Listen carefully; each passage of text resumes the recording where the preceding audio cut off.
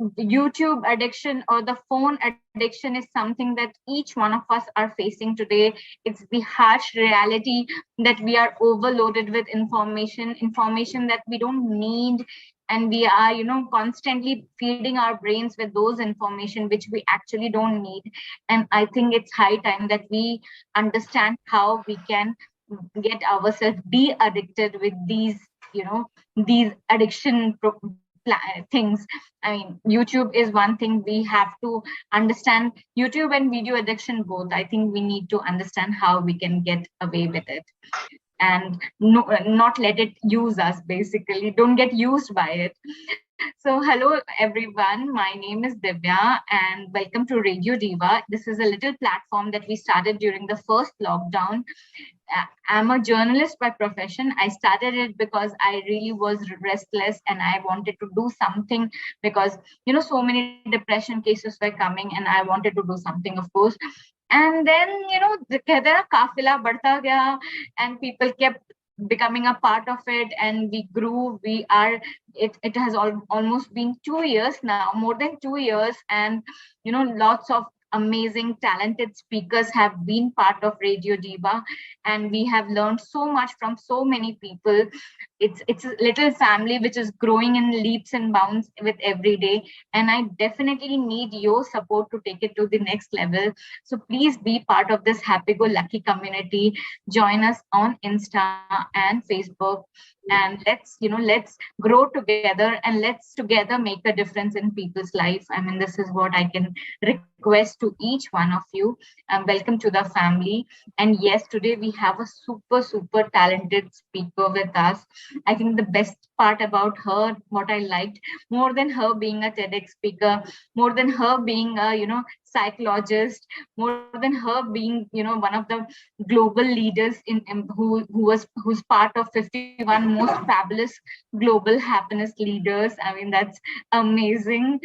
And she's an author, she's a healer, but what I really like, she's a person who's full of life. When I asked her what is the music that you like, she said, oh, I really love BTS, I really love Justin Bieber. And my daughter, when I told her, she was so happy that she found a speaker who will play her type of songs. So a warm welcome to Teju ma'am. And yes, Teju ma'am, the topic that you have chosen is such a, it's such an important topic. We all need to know how we can get de-addicted, because definitely addiction is there. Thank you so much, and such an honor to have you. Thank you, ma'am. Pleasure is all mine, Devya. And you're doing such an amazing work, inviting speakers like me and spreading happiness, spreading good work through every means possible in your own ways is something I really loved. So I'm so sorry that I was not able to make it last time. Really sincere apologies, and thank you so no much. problem. If you have joined, you don't have to be sorry. You were there where it was important. So no. But still, I was very feeling bad about it. So without anything, the one thing I felt very proud about being here is that we get to spread this ways of how we can help our kids being addiction in ways as parents. So I'm assuming, of course, Kompal, apart from her, all of us are having some kind of association with teen kids. That's the reason we are here. So I'm today talking all my talk on how you as parents can help, or what kind of warning signs. So the discussion would be, since we are starting late, I would say 15 minutes. I'll just quickly talk about what kind of things we need to watch out for. And the next and what are the ways we could help them. And the next 15 minutes or maybe 10 minutes down the lane, we could also look for asking questions and how I could help, as I can ask me anything kind of a thing. All right. So let me share my screen and let me know the pace, because I just want to do it a little faster so that we don't have to. I know tomorrow might be a working day for most of us. So all of us know that gaming or internet addiction is something which is worrying each one of us. But what we are looking at is something which is not actually total abstinence or total playing it for all the time. So we are trying to look for balance. That's the context of this talk. And when you're doing it, what are the earlier signs for us as parents or therapists to look out whether kids today actually indeed have is in the symptoms what I'm talking. If in case our kids show them 5 out of 7 for last 2 weeks, then only we can categorize them as an addiction, and we might need something to do as quickly as possible. If not, we still have time, so we can slowly help ourselves to get there. So one is preoccupation about your gaming or watching videos all the time. So we might be just playing and still we count how many times, okay, tomorrow I have to play PlayStation, and I just have finished my battle, and again thinking about gaming again and again. Or I wanted to quit. Every time my parents ask me to do it, my teachers ask me to do it, I just want to quit. But still, I can't stop myself. If that's one thing, then we need to watch out for. Or the moment we try to stop, we have extreme symptoms of irritation, anger, breaking things, or feeling sad or anxious, or any other uncomfortable, distressful feelings. That's something we need to look out for, having headaches and stuff like that. Then, if we have a thought that I need to every day play for 2 hours, only if I play that much, I'm satisfied. If not, I'm not good. If children have that kind of mindset, or they wanted to play and buy those kind of things to, like your covers and whatever of those small things you get for money, right, in your those cards. In case if the children are spending so much money on that, only then they feel dissatisfied while playing, and it has become too much that they don't mind stealing also, they don't mind lying also. That's also a sign to watch out for. And if they are losing interest in every other activities they are earlier enjoying, be it sports, be it hobby, art, design, anything which they used to enjoy, today they're not enjoying, that means it's a sign to watch out for. And then they also they know that they are not able to focus well in academics, they are not able to do good in their studies, and they are listening continuously from their parents and from their peers that you should stop, you should cut down, when they use such words, and still the child is continuing to play more and more. And the more harmful thing is not just the quantity, but the intention why the child is wanting to play. If it is to avoid dealing with their current problems, that's something which we need to always be watchful about. um, Something, as I said, like to escape from their real life concerns, or to deal with their low marks, or bullying at school, or a fear of subject, not able to understand the subject. So if they want to take solace in gaming or watching videos, that's when we need to be really alarmed. So among these 6 things, if your child is minimally showing 4 to 5 signs from the past 2 weeks in a more consistent manner, then that's something you need to be watchful about. If not, um, there's still time. So you're at the right place at this moment. Any which ways you are at, but still we just have some more time. So what are the impacts of children doing all this? We all know that there are a lot of things, both from their psychological perspective, from their social impact. They start being more lonelier, they experience more and more behavioral aggression problems, and they don't want to focus on their education. They want to spend more on pleasure. Instant gratification becomes too important for them at that moment. So, and many children also complain about sleep deprivation because they focus too much on watching these binge watching videos, or spending too much on Instagram, and then too much time on playing, and that to those violent games and stuff like that, which are sometimes may not be age appropriate video games either. So what are the 4 skills I, after working with, earlier, to me, apart from all this, why I have got so much recognition for my work is the curriculums I have developed in Karnataka has gone into the state government curriculum, and it has reached more than 5 to 6 lakh students, and have been highly appreciated for the kind of quality of work I have done and how that is impacting the kids. That's one of the reasons I get so much recognition from the government side, though not many know from the private perspective. That's the reason I started to do the next level work with respect to the student success program and stuff like that.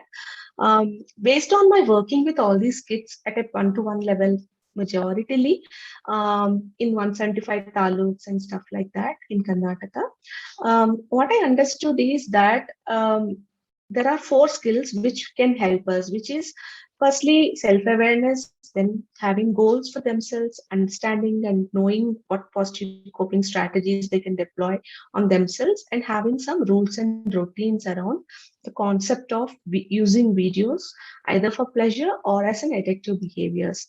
So what are that would be, so self-identity during adolescence is something, because when the child is going from 11 to 12 to 13, 14, 15, they go through multiple questions about themselves, about their identity, something they ask themselves, am I good? Am I handsome? Do I be liked? Will I be liked? Will I be appreciated? Am I good enough? Am I intelligent? There are so many questions among themselves. And if the child is not appreciated, we have a high need to be appreciated, heard, listened, um, known, and they always want to be felt important, valued. And if that happens in any environment, be it at gaming, be it at studies, being it any place, that's when they get attracted towards. So if you look at a child who is, usually when we look at children, there'll be two categories in a class. One is like all the children who are all intelligent, or they're coming top five, top seven, they're all forming a group, and the other kids are all into the other group. And there are some children who are liking of arts, they like drawing, so they form a group. So these associations is why they form these associations, is because they feel a sense of belonging. And during teens, they wanted to always link themselves with the people who they feel belong with, who they feel listened and appreciated.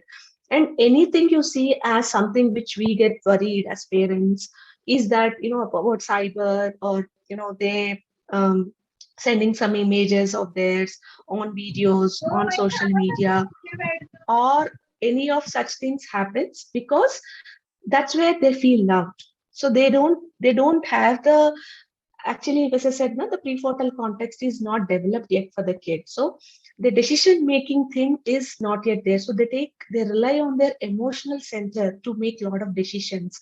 So when they feel, what becomes exaggerated. Usually we as parents think teen teen reactions are always exaggerated, but that's how they see their life as. That's the age they're fledging towards adulthood. So a lot of things they make decisions on emotion. So even if you have a little stricter face, they directly take them to, my mother hate me, my father hate me. And somebody who just praises, saying with a pleasant smile, they feel love in with them. So that's why there's a lot of instant crushes, infatuations, and all that. So though the youth is a very beautiful phase of life, it comes with its own rules and responsibilities. And if the child doesn't know to the right and wrong ways of making decisions, which is little skewed because of the overprotective parenting, or if they have some kind of unhealthy childhood in terms of parents quarreling, or in terms of they not feeling so belonged in the home or in the class, that's when they get attracted to all these, they become a very, very quick bait for everyone else who are into drug, who are into this trapping into in the name of love, or any such bad behavior kind of things, because somewhere they want to feel belonged. And if the child feels belonged only in such places, that's when they get into it. And we as parents um, get very worried.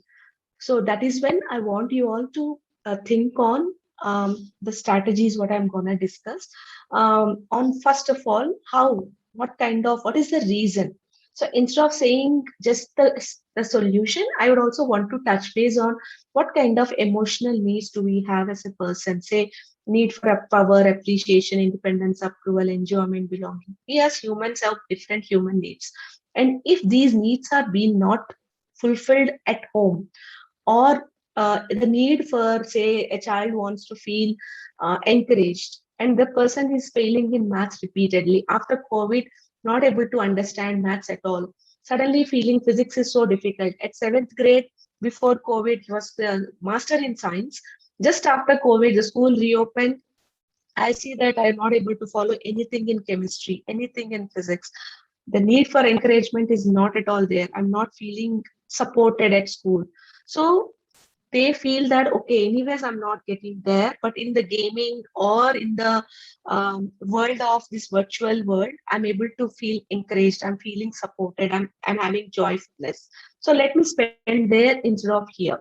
If I am a person who wants to feel, say, enjoying life, and that is not available outside for me for whatsoever reason, so that I find it in YouTube's in this thing.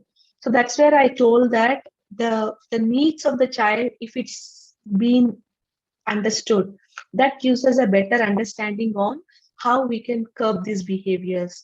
So when, and an simple example is that when the needs are met, the child is very confident, happy, and when the needs are not met, it's true for even us as adults. If the needs are not met, that's where the emotional trigger happens, where we start shouting at people, or we feel hurt, we cry, and we feel guilty. All such, any emotional reaction has an unfulfilled need. So when you are able to identify that need and get it fulfilled, automatically the reaction towards that stressor calms down. So the same is for the kids. So if their needs are, whatever are their needs, in terms of if they are failing, if they are feeling disapproved in class or at homes, they're feeling rejected, they're feeling criticized or unloved, if you have these, it leads to that faulty thinking, saying I'm not good enough, I'm maybe not beautiful, I'm maybe not intelligent, I'm very helpless, I'm very poor.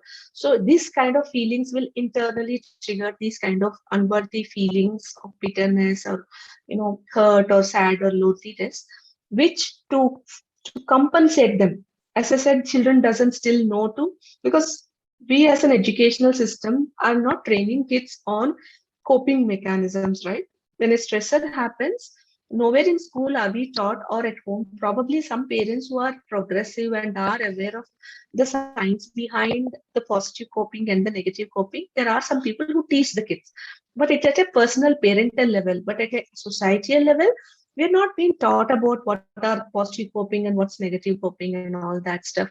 So because of that, the children automatically get into the negative coping ways, which is hiding in the name of gaming, or trying to avoid serious tasks, which is difficult for them, and doing something which is pleasurable, using porn or substance or self abuse or threatening, multiple behaviors which can lead into poor grades or mood problems, poor confidence, and stuff like that.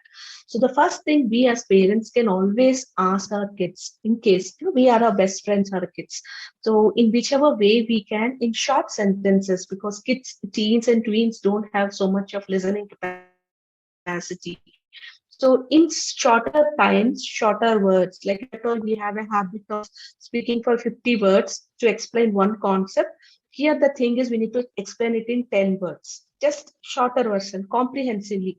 Understand the reason on why they are playing. So it could be like helping them understand that there is an impact because of which, because of this overplaying or over gaming or overly watching excessive videos, there is something they are missing. They are what are they missing, what is the impact in their academic life, in their educational life, or in their personal life.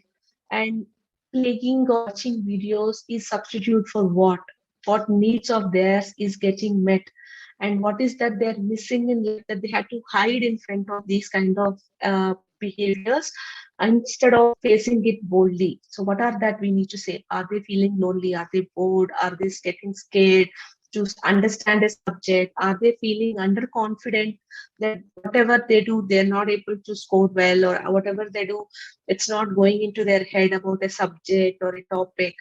Or are they feeling lonely in class? Are they being set aside? So what is that they're facing, because of which they wanted to firstly play? So, or do they still do they are they playing just to empty their mind? What is the real reason? Make them understand the real reason.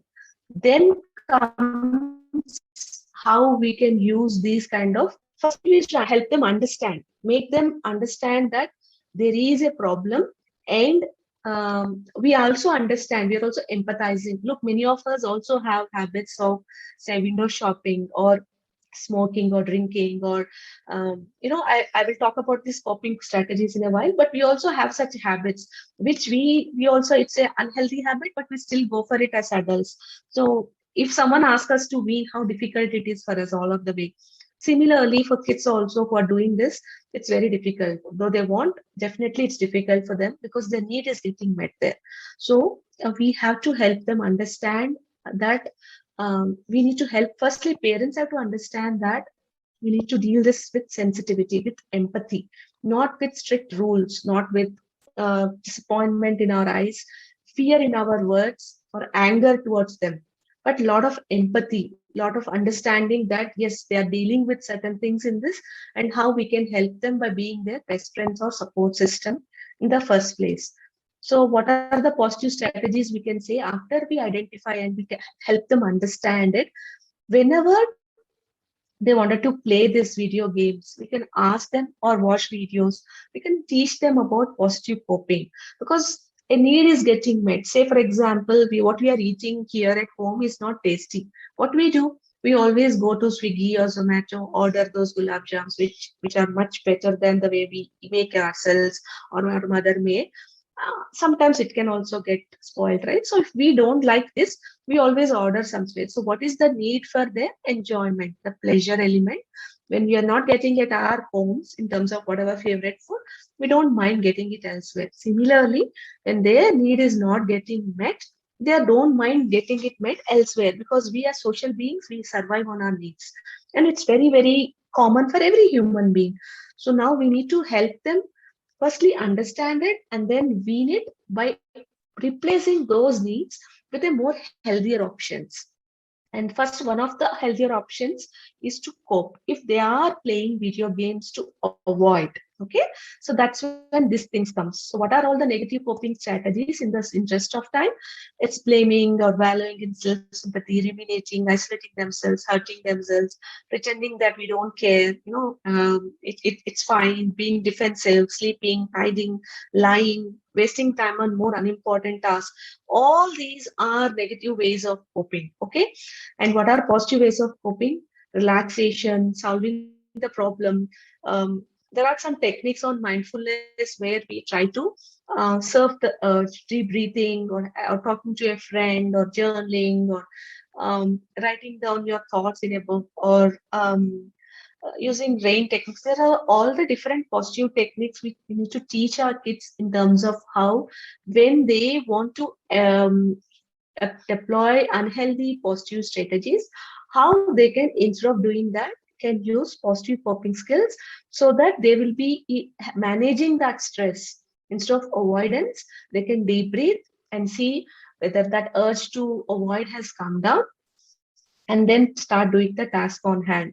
Instead of crying or self-sympathizing or blaming others, we can help kids to go into the root of the problem and see how we can solve that problem alongside with us. Say, for example, they're dealing with confusion. So instead of avoiding facing confusion, they always look for easier ways. So we can sit with our kids and say, where are you confused? What is the reason you're playing? And then say, if that's confusion, let's see how we can clear that confusion by helping them solve a problem.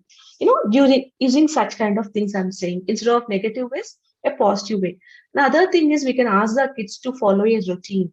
Say that, you just say 2 hours or 1 hour or half an hour. We just have to progressively decrease it. All of a sudden, somebody who is smoking, if you ask them, okay, 10, 20 cigarettes, tomorrow I'm going to smoke one cigarette. Obviously, we can't go mad, crazy, right? Similarly, because every addiction have a time where it impacts us in a more worse way than we can. And just using very normal words so that it is very understandable. So when you're weaning an addiction, just children also go through a lot of turmoil. So we need to reduce the timing just from, say, 2 hours is what today your child is playing. Make it 1 hour, say 1 hour, 45 minutes. Then the next week, 1.5 hours. And make them play to that much. Make it down to half an hour a day. Okay. And don't get so upset or don't give up. They slip up. Like today you have set a routine of 1.5 hours or 1 hour 45 minutes, and they just go ahead and do 2.5 hours after 2 days. Ask them, it's okay. we are all not robots, right? We are all humans. So it's okay to err, provided we learn from it and we don't repeat it. So then we can also use some, brute force methods like setting a timer, alarm, freezing the screens. If it is an app, there's so many apps and some, those extensions that's available in Chrome and stuff like that, where you can really, put such kind of hard stop kind of features installed in our child's laptop or mobile, so that they can also do that. um, when we can encourage our children to not have these gaming gadgets and things in their rooms if they have a separate rooms for their living. And we can also say that beyond this, we are just stopping the internet at home and no mobile connection. Such kind of things, provided they're in agreement with us. Like we need to say, you've done all your work, and this is like a reward for you. Making that kind of song also might help.